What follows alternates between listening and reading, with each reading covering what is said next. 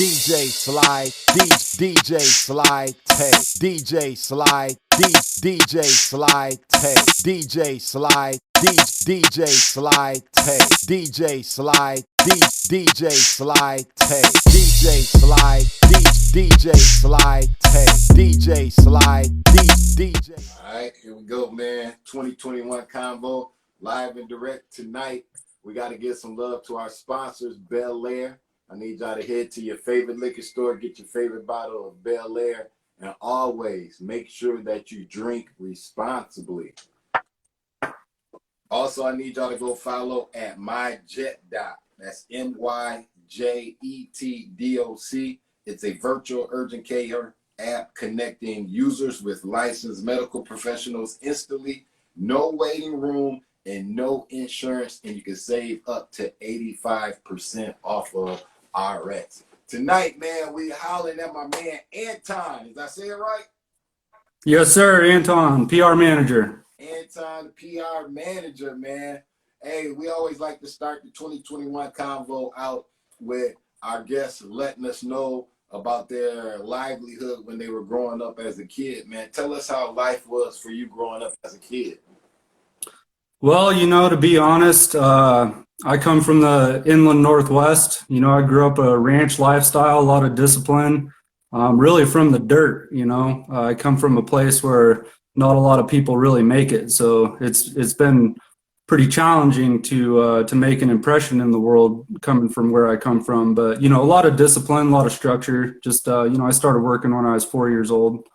So 4 years old? Yeah, I started feeding animals, and after feeding animals, moving pipe, moving horses, just really a ranch lifestyle. So just a lot of structure and discipline is what I come from. Wow, that's amazing. What was some of the music that was being played in the household as you was growing up? Oh, it was horrible. It was, it was country everywhere you went. It was country music, and I was exposed to hip hop at a very young age. In 1988, I was exposed to hip hop, and actually the first rap song that I ever heard was Tone Loc Wild Thing.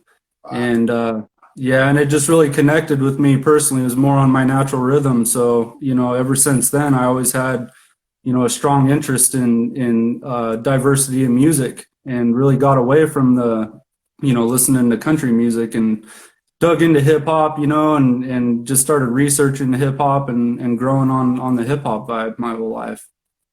Okay, that's dope, man. Ain't nothing wrong with country music, man. It's a lot of good country music out there. You know what I'm talking about? Oh, it's soulful. Yeah, it's soulful. It's just not my rhythm. It's a little too emotional, too low pace for me. I like more upbeat. I like music that really connects with my heart, my natural rhythm. Okay, I like that.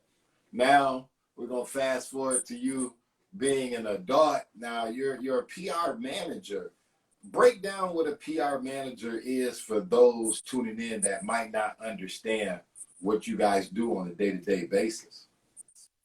So PR, relevates to public relations, and it can span into press release. Really what it is publicity management. Whether, regardless of the genre, it's not always just music. I do PR for small businesses, startups, entrepreneurs, politicians, but primarily in the music industry. And it's really representation. It's an opportunity for one to have representation and publicity management. Yeah. It really assists for growth and development. Now, I heard you say a key word in there. You said value. Why is the value so important? It's important, when someone's trying to accomplish a goal, especially, in the music industry. It's a very complex industry. And a lot of our artists don't really understand that it really takes a team. It takes a unified effort to reach that success of complexity in the industry. So, when you have strong management, when you have, good producers and you have good representation, good promoters, that's really the key angle to generating success, is having a unified effort opposed to a singular effort. I like that. Can people really get and gain a big audience if they don't have a PR person representing for them? They can, but it's a lot more challenging when you're pursuing, your arts individually. It is a lot more challenging because there is cost to everything. And one of my sayings is hoping is dreaming and investing is believing. You can sit around and hope all day and nothing's going to happen. But when you actually invest in yourself, that's a better form of believing in what you're doing.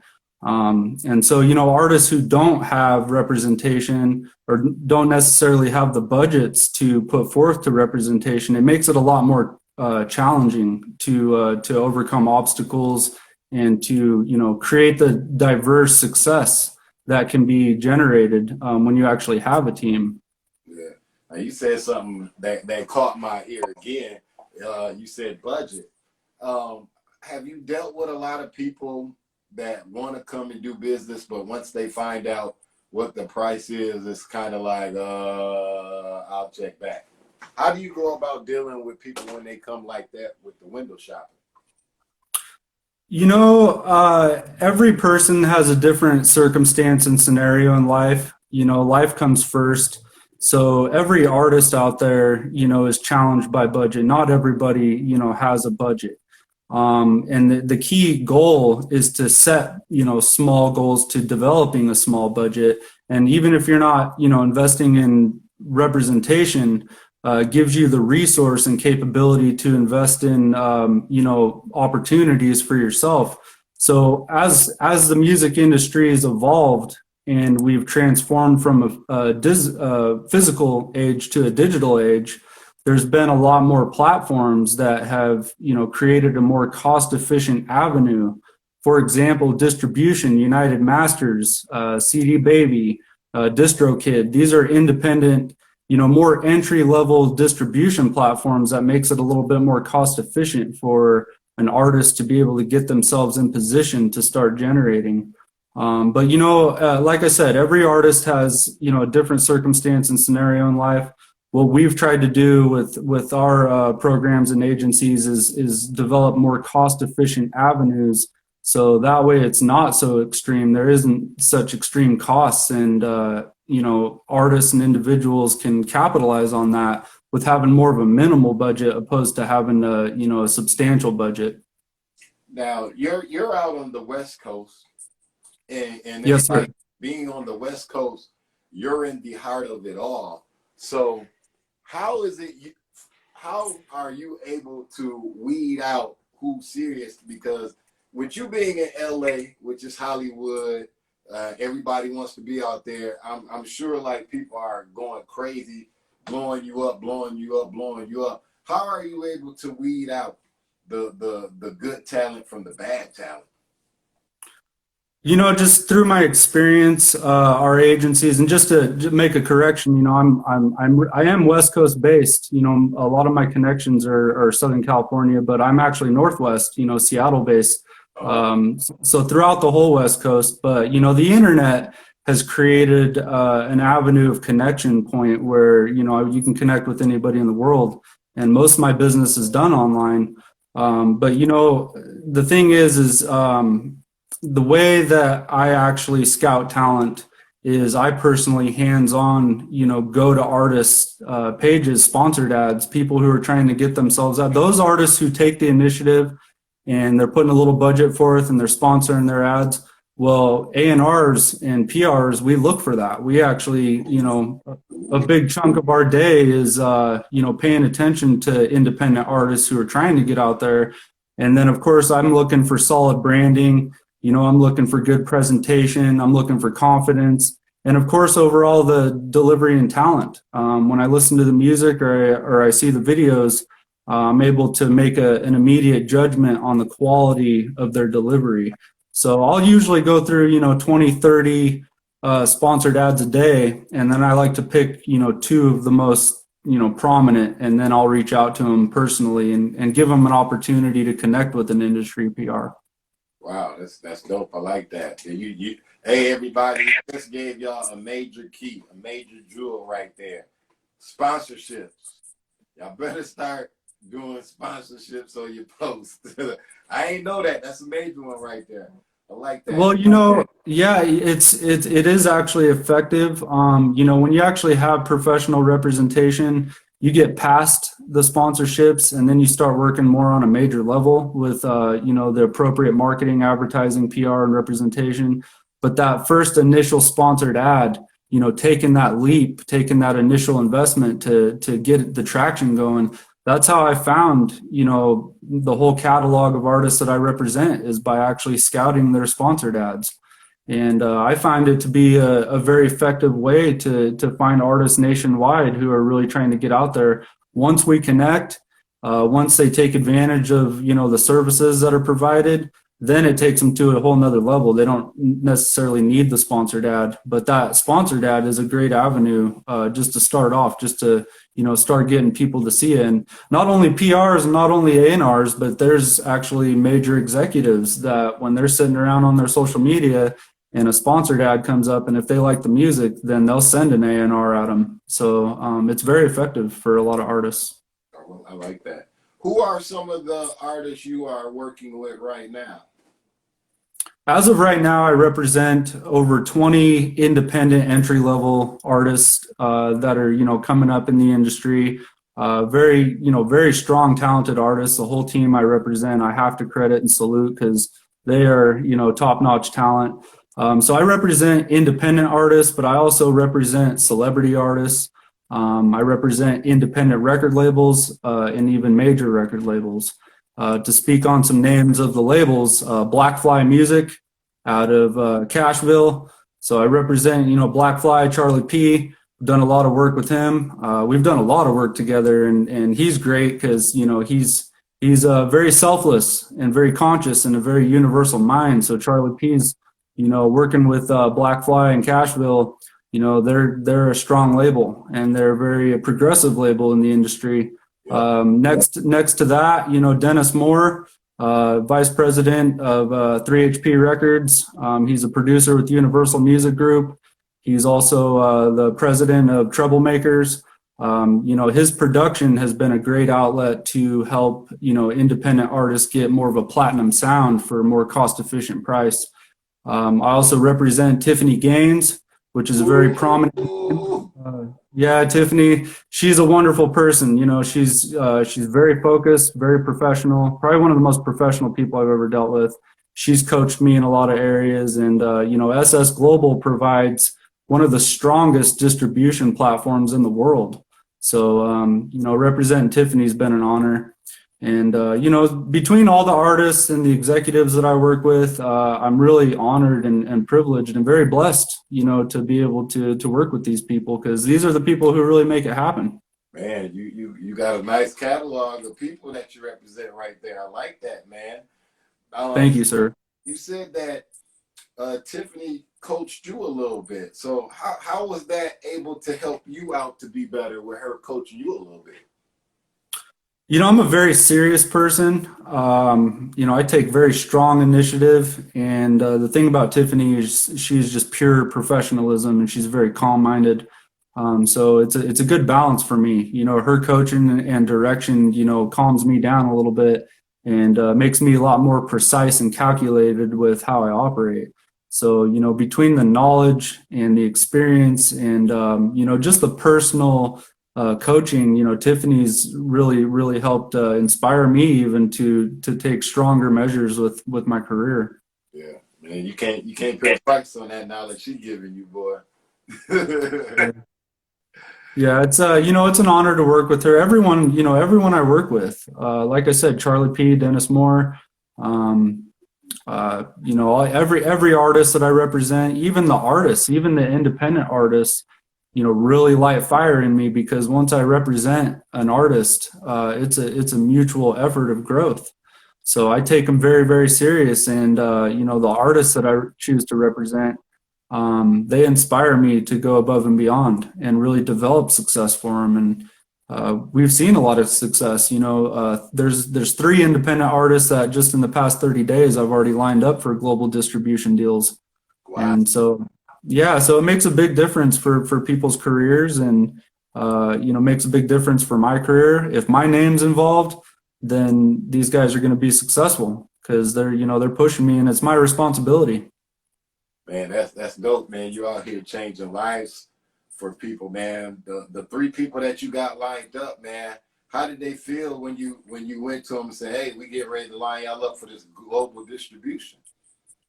Oh, all the artists are excited. The way I like to put it is any progress is better than no progress. So even if we're starting at ground zero, it's all going up from there. Everything that we do is going up. It's always constant growth and development. And the thing is if you truly, regardless of the music, but even in life, if you truly want to be successful at anything, it really takes devotion and commitment. You got to almost make it into a lifestyle. You have to wake up knowing that you're going to put everything you have into it, and then you see results. When you take great initiative, you see great results. Right, like that. What are your pros and cons with social media today? Definitely government censorship. Over-regulation on sectors. I think that is one of the biggest threats to individual success is censorship. And that's getting more into politics, but that would be my, the one thing that I'm most disturbed by is the private and public sector being over-regulated with governmental regulation, because I'm a strong believer in free speech. I'm a strong believer in civil liberty. And, I think that, our expression, our creative expression, our creative arts is a form of free speech. It's a form of individual civil liberty. And so when that's imposed on or treaded on, I definitely, have a problem with that. And that's the way my whole team is. That's the way the Northwest is we don't like censorship. Censorship equals tyranny. So that would be my number one con. Second to that, I think that individual relationships, personalizing with people physically is important. Social media has really divided us in a sense where we're all living in our phones.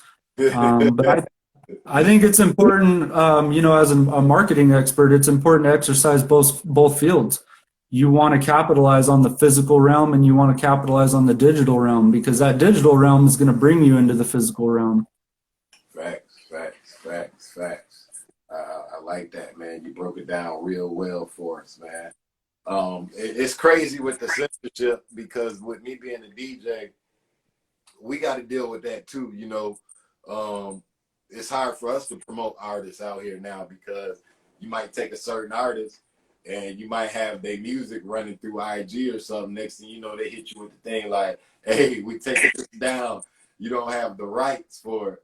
But it's like, how can people really get the opportunity to know about an artist if they're not allowing the DJs to help them get the music out there? Because the DJs play a part of that wheel too, but I don't know if it will ever change. To be honest with you, some of the greatest hits in history came to be simply because a DJ heard their music and chose to play it. So DJs are valid. DJs have changed a lot of lives and have opened doors for many very talented artists. There's many artists out there that were never heard at all, and then a good DJ hear their music and get it in the right ears, and then they take off. So DJs are valid. Anyone who's putting good energy out and anyone who's taken an initiative to generate progress for themselves and those around them, they're going to be successful. So, I like to take advantage of all opportunities. If you know a good DJ or you meet a good DJ, it's always good to make an effort to get your music in their hands. Okay. Now, you say you don't only do PR for artists, but you also do PR for small businesses as well. Tell us about how it is when you have to switch the cap up, because when you're dealing with business people, I'm sure you have to wear a different type of cap. And then when you're dealing with artists, you have to wear a different cap. So how is it when you got to switch these caps up? That's a great question. It's a lot of delegation. It's a discipline to delegation. Number one, I got to say, working in hip hop, is a lot more entertaining. It draws a lot more of my creativity and challenges my creativity.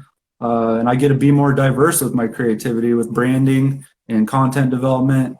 When you get more into the business realm, it's a lot more, symmetrical and calculated and kind of boring. There's not a whole lot of diverse creativity to it. You can still be creative, but it's just a lot more professional based. But exercising both worlds, challenges me to generate more experience and more detail to how I develop content development and branding. Ultimately, branding is your foundation of anything you do. So, it's very important that your branding strong. And in the business world, the branding is a lot more simplistic, a lot more symmetrical. In the music world, your branding can be a lot more spontaneous, a lot more creative. In the political realm, it's very competitive. It's very competitive. Yeah. Yeah. Hey, but one thing about being in that political world, I'm sure that those budgets are way bigger than the artist budgets, because with me just being in radio, when the political time came around, man, they was coming and advertising like it was crazy. And then we had to have a runoff. It was a runoff down here. So then they came back around and brought another bag. You know what I'm saying? So, yeah. Well, the biggest difference that I see is, that makes that happen is when there's a public figure who people believe in and they're given strong donations. That's what develops the budget for them to be able to do that. An independent artist doesn't have a bunch of people donating to them. So that's a big difference with political campaign budgets opposed to an individual artist budget. The artist has to create that budget themselves. They have to go out and work on top of paying all their individual bills. They've got to, put together a budget, working 2 jobs or doing whatever hustle they got to operate to create, the avenue of opportunity.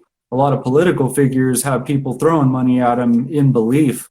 So that's the biggest difference with, political budgets opposed to, an artist budget. And then sometimes they dump all that money and they still don't win. Yeah, it's politics are nasty. They're very divisive, and me personally, I've not always supported politics, but I support the right people. So if they're constitutional and they have similar beliefs, lined up with what I believe in, then I'll support them. But if they're on the opposite side, then I'm definitely not going to be the one to represent them. I feel you on that, man. I feel you on that. Where do you want to see yourself in the next 5 years? In the next 5 years, I'm grateful for every day.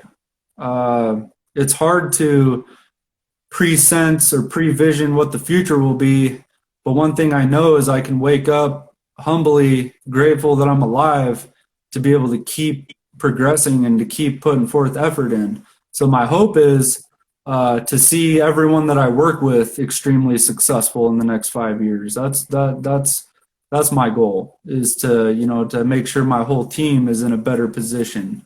Me personally, like I said, it's hard to pre-vision the future. I can just be grateful for each day. And one thing I preach is what do we accomplish by the end of each day, every day.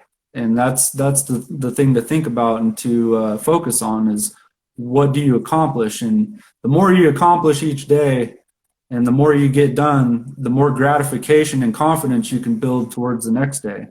Yeah. Now, what you saying, accomplish something every day, do you accomplish all the goals that you set when you wake up each and every day? Yes, sir. Unless I'm distracted or unless, there's always circumstance and scenario to every situation. So I can set a goal and I can chop at it and work at it. And then sometimes things happen, personal life issues, family issues, friends, things sometimes can interrupt that. But one thing I've learned in my experience is to hold your commitment to the accomplishment, is to follow through with the success of whatever it is that you're working on. And that's something I've had to learn in business in the past, is not being able to finish projects.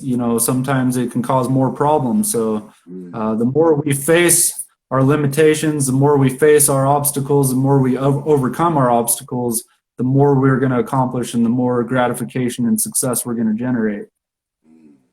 How do you go about dealing with egos? I'm a very overconfident person. Some people say I have an ego. But you know what? I've worked hard for it. So I actually appreciate confidence in people. Even if someone's got a major ego, I look at more of it as a confidence. That's something I look for as a PR, is people who are confident. I want them to be confident. It's like I tell artists that come on board, this is a battleship. It's not a cruise boat.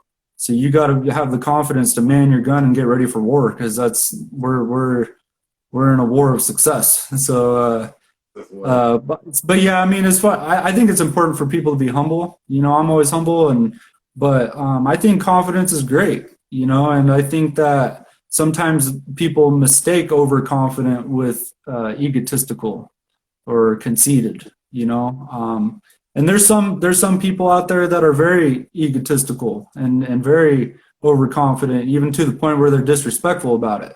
If they're disrespectful about it, I think it's a different representation of their character and expression. But if they're respectful with their confidence, then it can be appreciated, I think. Okay, like that, man. We're gonna ask you 3 more questions before you ride, man. These 3 questions we're gonna ask you, we're just trying to, get to know you, see things that you like. So the first one, man, what is your favorite dish? What do you enjoy eating the most? I love sandwiches. Wow. Yeah, I like to be creative with sandwiches. I'm pretty serious about my sandwiches. Now, are you doing the freshly cut, or are you buying the already packed meat? I love freshly cut. I love yeah, I love natural vegetables, and I love vegetables. I love meat. I'm definitely a meat guy. I love cheese. It's funny you brought that up, because I like to put chips on my sandwich. I love the crunch. What? So aside from the lettuce, you got to put some chips on it. So those white cheddar Doritos, those are pretty good on the sandwich. Okay, I'm gonna have to try and put some Doritos on my sandwich tomorrow, man. Yeah. I like that. Number 2, who is your favorite designer of choice? Are we talking about what realm of design? Oh, fashion. Fashion? I'm a Jordan guy, man. I've stuck with Jordan for a lot. I know a lot of people have veered away from Jordan, but Jordan's quality. I love that quality that Jordan puts out.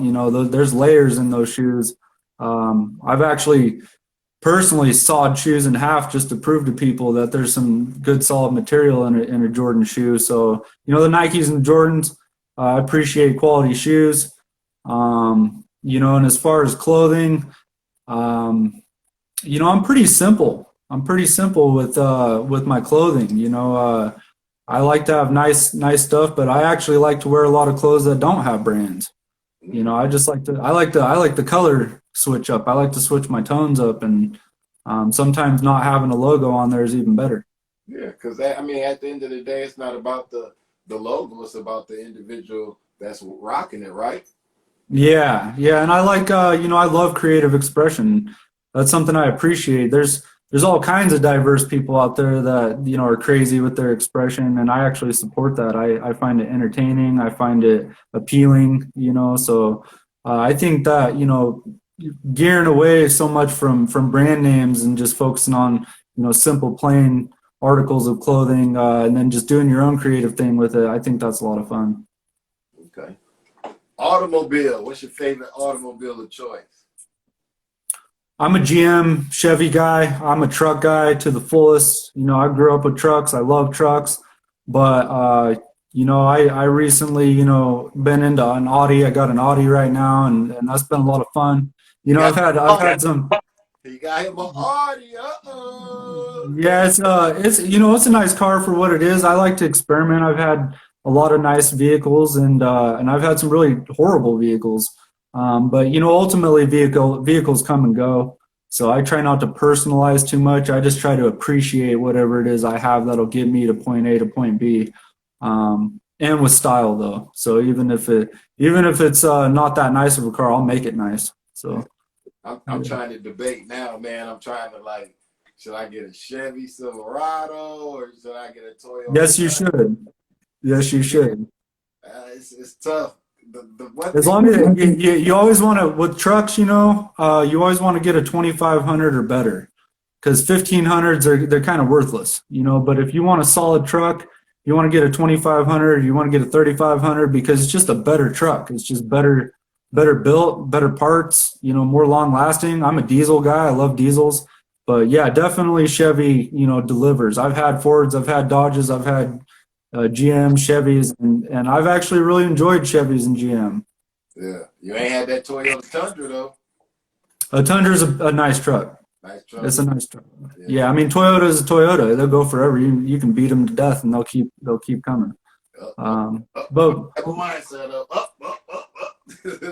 yeah, I mean, you can have a lot of fun with those trucks, and even, you know, a lot of people don't like them, but Jeeps can be fun, you know. Yeah, I want to get me a Jeep too. I just want to I like the thing to be able to take the damn doors off, the top off. Oh yeah, that's what I'm saying. Yeah, it could be a lot of fun. You know, it's just a personal preference. You know, sometimes your vehicle expresses your personality. If there was a vehicle that expresses my personality, it's a twin turbo diesel. That's how I'm coming. You like the diesels, boy. You're spending all that money on that gas, the diesels, boy. It's a big tank. It's the power, man. You can't complain when you actually have that power. And if I'm pulling something, you know, I don't like any resistance. You know, I like full power. So, but you know, I've become more conservative over time. You know, I just appreciate whatever it is that I have at the time, and because anything can come and go. You know, I came from nothing, and I've had a lot. I've lost a lot, and I've rebuilt a lot. And so you just get to a point with your growth and development, you know, personally, where you just appreciate what it is that you do have. So. Fact. Well, no doubt, man. Anton, I appreciate you getting on with us tonight. Before I let you go, man, I want you to go ahead and throw out your info so that people that need a PR, they can go ahead and hit you up. All right. Well, you know, anyone's welcome to message me directly on Instagram. I'm pretty active. It's at AntonprManager. Same thing with Facebook, at AntonprManager. That's really the best way to submit your music. Send me a link. I actually love music enough to where I will listen to it. You know, a lot of people when they send their music, you know, they don't get heard. And I love music. I will focus on it. I'll take time out of my day and go through those submissions and actually listen to everything. And so that's the best way to connect with me, is just, you know, social media, reach out to me.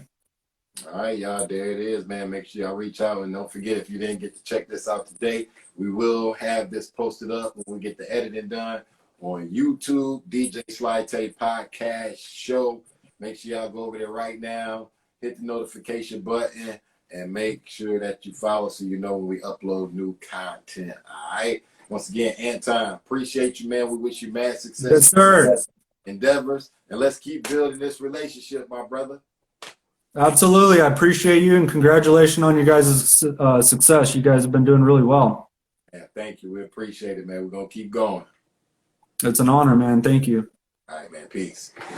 Yes, sir. DJ Sly, DJ Sly Tay, DJ Sly, DJ Sly Tay, DJ.